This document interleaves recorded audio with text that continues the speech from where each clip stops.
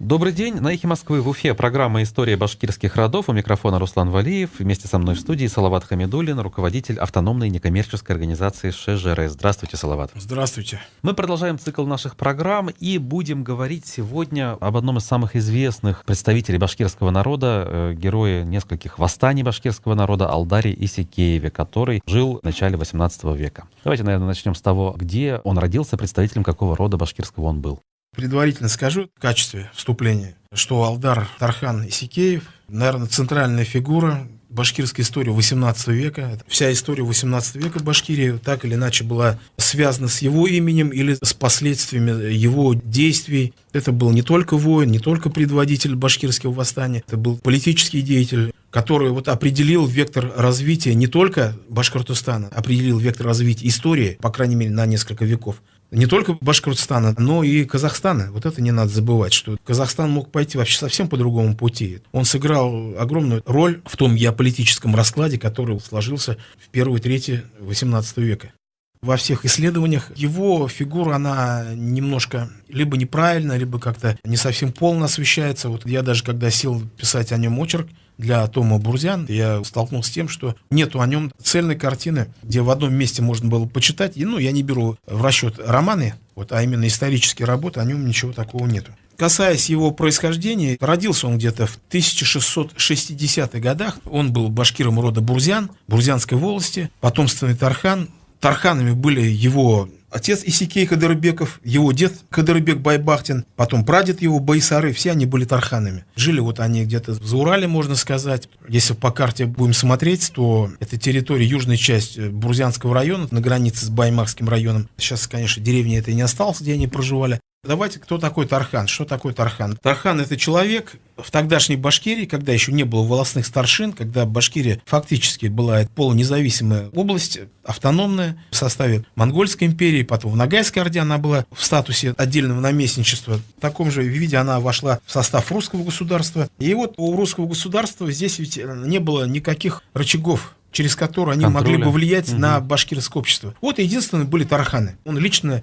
связан с монархом, лично несет ему службу. При первой необходимости должен выступать в поход. Это, так скажем, служилый башкир. Тархан получал ли какое-то жалование или какие-то льготы, я не знаю? Да, естественно, он получал за это какое-то жалование, получал и льготы. Он имел преимущество среди других рядовых башкир на лучшее пастбище. Это негласно было, хотя не все это признавали. Это рядовые башкиры, которые совотчинники тарханов даже... Ревновали. Не то, что ревновали, они даже относились к ним без всякого пиетета. Если Тархан был недостаточно авторитетным, могли согнать его вообще с этой сводчины. Таких случаев было множество, и ничего с этим ни царь, ни администрация поделать не могли. Как писал Азнабаев, статус Тархана сам по себе не гарантировал никаких преимуществ в башкирском обществе, если не был сопряжен с такими свойствами, как лидерские качества, богатство, щедрость и военная удача. В противном случае их привилегии оспаривались сородичами. Для них он такой же их совотчинник, не более того. Алдар стал известен, как мы в одной из программ говорили, что он был участником Азовского похода. В 1669 году царь Петр предпринял Азовский поход для взятия турецкой крепости. Русская армия многочисленная, насчитывалась где-то более 40 тысяч человек, осадила Азов.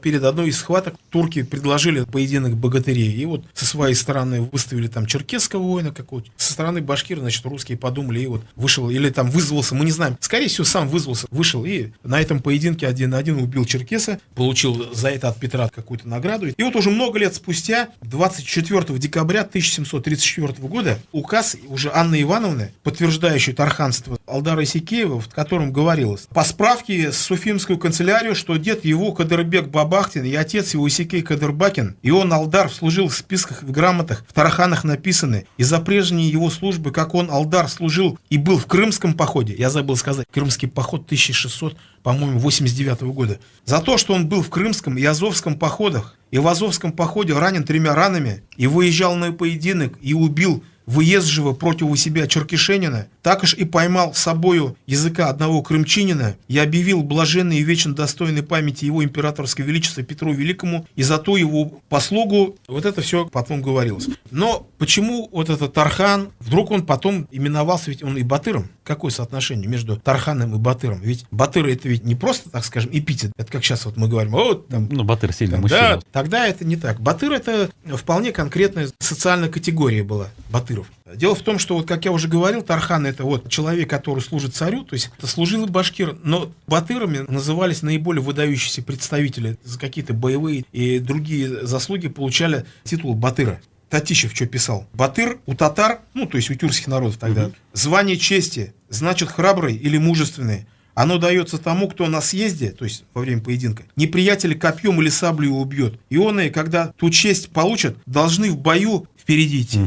Им прочие почтения и послушания отдают. Он же предлагает часто ханам и ханским детям. Персияне зовут Богодур. Русское богатырь видится из всего учинено. То есть русское, происхождение слова. Да. В общем, слово богатур очень древнее. Там оно восходит еще к тюркскому каганату. Башкирский богатур упоминается в источниках. Служили у Мухаммеда Шейбани хана и так далее. И вот жил себе спокойно Тархан. Как же вот получилось так, что он ввязался в бунт? В конце 17-го, начале 18 веков Петр I приступает к своим грандиозным реформам. Начинается война со Швецией. На войну нужны были деньги, денег в казне не было, как всегда. Во все части страны посылаются так называемые прибыльщики, которые должны прибыть на место и начинать изыскивать налоги. Да? Вот в Башкирию приезжают прибыльщики, там Жихарев и Дохов придумывают 72 новых налога, совершенно какие-то безумные налоги. Налог на цвет глаз, за один цвет столько-то, за другой цвет другая цена. Что самое возмутительное для религиозного чувства, например, при выдаче замуж дочерей башкиры должны были производить никах не только в присутствии муллы, но и звать православного попа с тем, чтобы, значит, во-первых, попу заплатить, и по мысли этих политтехнологов тогдашних, что вот через это башкиры перейдут в христианство. Ну вот и много вот таких обидных вещей. Когда приехали два прибыльщика и все это зачитали на песке, вот на Уфимском пляже, место зачитки указов, они были избиты. Указ был выброшен, выгнали их из Уфы. И вот из Казани прибывает 6 полков, 2 драгунских, 4 пехотных, во главе уже с другим казанским представителем этой же ижорской канцелярии, которая занималась вытрясанием из людей налогов, во главе которой находился самый главный взяточник России Александр Меньшиков, который однажды умудрился половину бюджета страны украсть, за что был едва не казнен Петром Первым, но все-таки он его оставил в живых. И, соответственно, какой, в общем-то, поп такой и приход, как говорится, во главе, если этого учреждения стоит такая личность, как Меньшиков, ничего хорошего, в общем-то, ожидать не было. Фактически, все это восстание началось вот из-за злоупотреблений вот этих чиновников, вот этой Ижорской, там, или Ингерманландской, или Семеновской, по-разному называлась, канцелярия. 6 полков регулярной армии на самом крайнем юго-восточном форпосте России находится, придало ему ощущение такой беспредельной храбрости, ощущение беспредельного всевластия. Тут он начал такие вещи вытворять. Это мы говорим вот начало 18 века, 1700... Это 5-й год, Пятый да. год, ага. Вот. При въезде в Уфу пушек наставили, да с обеих сторон копья и сабли держали. И всех мирских людей, местных башкир согнали, промеж этих храбростей провели, чтобы в городе будущий башкирский народ страшились бы в Уфе башкиры, чтобы, значит, были напуганы. Но этого Сергееву показалось мало, и чтобы окончательно поразить инородцев значимостью своей фигуры, он вдруг назвался царевичем, что, между прочим, было самозванством и должно было караться смертью. И вот он заявил: покуда где он в Уфе, будет вам то и Москва. Потом он устроил такую эпическую вот эту попойку в Уфе, угощение, где он собрал всех представителей башкирской знати, мол, там духовенство, и там насильно их поили, значит, вином, упоили несколько человек до смерти, кто не хотел пить, били, там убили несколько человек, потом, которые без памятства лежали, начали соломой поджигать этих без сознания лежащих людей, в руки порох насыпать, поджигать, принес увеличительное стекло, начал выжигать, ставя против солнца лица, то есть, ну, какой-то он садист был. Можно, конечно, на него списать, что вот, мало ли какие садисты, как бы государство не виновато, но дело в том, что потом никакого он этого наказания за это не понес, и ни прибыльщики, ни он, никто. Были людьми Меньшикова, и Меньшиков их всех спас от уголовного преследования, да, которое хотели было учинить. В общем-то, ничего не меняется, как всегда. Связи решает все, и сейчас также у нас. Среди избитых, вот кто пострадал, были там 2 человека: Иман Батыр и Дюмей Ишкиев. Ну, естественно, вот после вот этих пыток, которые они испытали в Уфе, они вернулись домой и начали восстание. Алдар Исекеев долго не присоединялся, но все-таки он же был Тархан, человек царя, Вот это в 5 году началось, и он до 7 года, до 1707 года вообще просто сидел в стороне, наблюдал, да?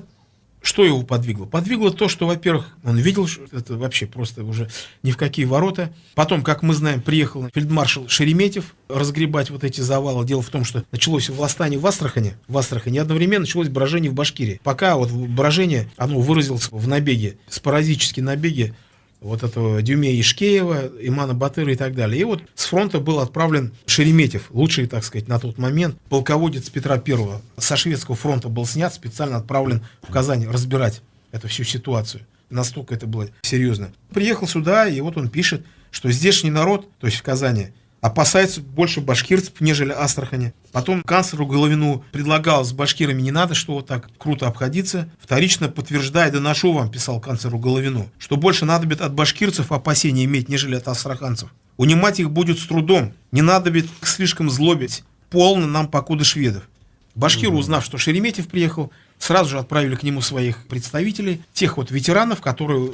дело в том, что в 1701 по 1705 год тысячный башкирский отряд сражался вот в Прибалтике, вот как раз в корпусе этого Шереметьева. Приехали вот эти ветераны, вот изложили, и Шереметьев, да, согласился. Очень плохо себя ведут вот эти чиновники Ингерманландской вот этой канцелярии, и особенно казанские власти, поскольку они тоже были наделены Меньшиковым. Печально известный Никита Кудрявцев, казанский воевода, имел очень большие связи в Москве, был лично знаком с Стрешневым. Стрешнев возглавлял приказ, который в отсутствии царя фактически, в общем-то, занимался внутренней политикой в стране. Он был знаком лично с Петром, Никита Кудрявцев. В какой-то степени примыкал, не входил, но примыкал вот этому к ближнему кружку Петра I. И вот этот Никита Кудрявцев вместе с прибыльщиками как раз вытворяли все вот эти ужасы, которые там происходили в Башкирии. У него идея какая была, вот началось вот это все движение, все Поволжье фактически было отдано под полный контроль вот этого, значит, Никиты Кудрявцева. И потом, когда уже планировалась вот эта губернская реформа, и по этой губернской реформе Башкирия тоже должна была войти в состав вновь учреждаемой Казанской губернии, то есть потеряв свой вот этот статус. Автономный. Угу. Да. И вот приезжает Шереметьев, и что делают? Они просто устраивают обструкцию этому Шереметьеву. Вот этот Кудрявцев и окружение. Шереметьев прям ничего не может делать. Шереметьев пишет канцлеру Головину: «Я в Казани живу, как в крымском плену. Ныне, пожалуй, подай помощи, чтобы меня взять к Москве, то есть заберите меня». Все его действия блокируются, ничего ему делать не дают. Вот такая ситуация. Он тогда башкирам говорит, представителям: ну вот видите, меня тут абсолютно лишили всего. Все распоряжения, которые он издает, тут же отменяются. Тогда вы сами, говорит, пробирайтесь в Москву, своим ходом пробивайтесь. Может быть, дал какое-то сопроводительное письмо, какое-то рекомендательное кому-нибудь в правительстве. И те поехали в Москву. Доехали они, дали прошение в Москве. Но ведь ничего не воспоследовало. Петр I вот эту их челобитную переслал самому же этому Кудрявцеву. И говорит: вот на вас вот жалуются, ну давайте-ка разберитесь. То есть фактически передал их в руки их же палачей. Опять же, что происходит и сейчас зачастую. Вот. Обращения возвращаются. Вот просто я когда все это дело вот изучаю, я просто поражаюсь, что ничего не меняется. Понимаете? И Кудрявцев в итоге? Ну что, они приехали, послы, в Казань, ну и были казнены. После этого, в общем-то, всем стало ясно, что и апелляция к царю, она тоже, в общем-то, не имеет никакого значения. Ни центральное правительство, ни сам царь не будут и не хотят решать. Вот и с этого момента Алдар пока тайно начинает подготовку к восстанию. Почему мы это видим? Потому что вот уже в разгар восстания был взят в плен один татарин, Булак Акбулатов, который после пытки показал, что башкирцы Уфимского уезда, Батыри, Алдарко, Кусюмко, Уразайка и всех дорог башкирцы начали мыслить к воровству тому 4-й год, чтобы им всем под рукой и под волю великого государя не быть. И для того посылали к султану турецкому и к хану крымскому посланцев, все башкирцы и мещеряки, чтобы им дал, кому ими владеть. Вот, то есть, примерно в 1705 году, вот они, видя вот такое отношение, было решено обращаться к Османской империи и крымскому хану. И вот, значит, Алдар отправляет этих послов. Хотя сам формально еще не участвует во всех этих действиях. Сидит, значит, и наблюдает, так скажем. Отправил послов в Стамбул. Один из источников утверждал, что Алдар за время восстания привел 3 ханов в Башкирию. Цель миссии какова была в Стамбул и в Крымское ханство? Во-первых, по возможности, чтобы крымский хан и турецкий султан дали военной помощи, но хотя это было нереально, вы понимаете, да, где Крым, понятно, где Османская Турция и где Южный Урал, да, вот это было невозможно. Или хотя бы, значит, в крайнем случае дали принца, Чингизида какого-нибудь, крымского там или какого, который бы пришел и которого башкиры могли бы провозгласить своим ханом. Вот такая была цель. Просто, ладно уж тогда, раз уж начали, заранее скажу, что, в общем-то, эта миссия, в общем-то, по большому счету, она не увенчалась успехом. Как раз султан Ахмед III, он такой был осторожный султан, как раз он заключил мир с Петром I, и он сказал, что вот у меня с московским царем мир, и я не могу послать войска, и вот его решение показывает степень его, так скажем, политической зрелости. Я, говорит, не могу. Но вот если крымский хан сможет как-то так незаметно дать вам сил, незаметно, чтобы не задевая русских городов и русских войск, сами собой пройдут в Башкирию, то тогда я добро даю. Ну, это же смешная утопия. Что значит пройти мимо российских городов и никого не тронуть? Соответственно, хан, когда получил вот это распоряжение султана, когда уже башкирские посланцы из Стамбула обратно прибыли в Бахчисарай, хан только развел руками и ничего не смог сделать. Дал им денег, подарил халатами и отправил в Освоясь. Миссия кончилась ничем. Но лицо сохранили турки. Что-то формально же он должен был сделать. Вот. Тем не менее, какой-то хан в 1707 году появляется в Башкирии. Что это за хан был, значит, мы потом расскажем. И об этом узнают власти, уфимские власти, и посылают на юг войско во главе с Иваном Ураковым, уфимским дворянином, большой отряд. Узнали, что хан находится в отчине Алдара, Бурзянской волости, посылает туда войско, прибывает это войско в отчину Алдара. Алдар говорит, что нет у него никаких ханов и так далее. Хотя хан он не у Алдара скрывался, а где-то, значит, неподалеку, другого там башкира Бурзянской волости. Но, тем не менее, ничего не найдя, они разоряют все это поместье Алдара, убивают двоих башкир, которые находились у Алдара из соседних властей, двух его гостей, берут в заложники его брата. Вот это была последняя капля, переполнила чашу его терпения. В общем-то, он принимает решение начать боевые действия. И когда Иван Ураков отступал уже к Уфе, Алдар нагоняет его вместе с ханом и вступает с ним в сражение. Ну, там сражение ничем не закончилось, потому что Ураков сумел пробиться к Уфе, ушел. Но, тем не менее, это вот стало Рубиконом, после которого можно было сказать, что Алдар включился в это восстание. Царский Тархан, царский служилый человек. Факт измены, в кавычках, он произошел. Отступать было некуда, только вперед. Мы на этом эпизоде закончим разбирать историю Алдара Исикеева и продолжим в нашей следующей программе уже непосредственно об его участии в этом восстании 1704-1711 годов. Я напомню, что в эфире была программа «История башкирских родов». У нас в гостях был Салават Хамидуллин, руководитель автономной некоммерческой организации «Шежеры». У микрофона работал Руслан Валиев. Спасибо вам большое, Салават. Спасибо вам. И до свидания. До свидания.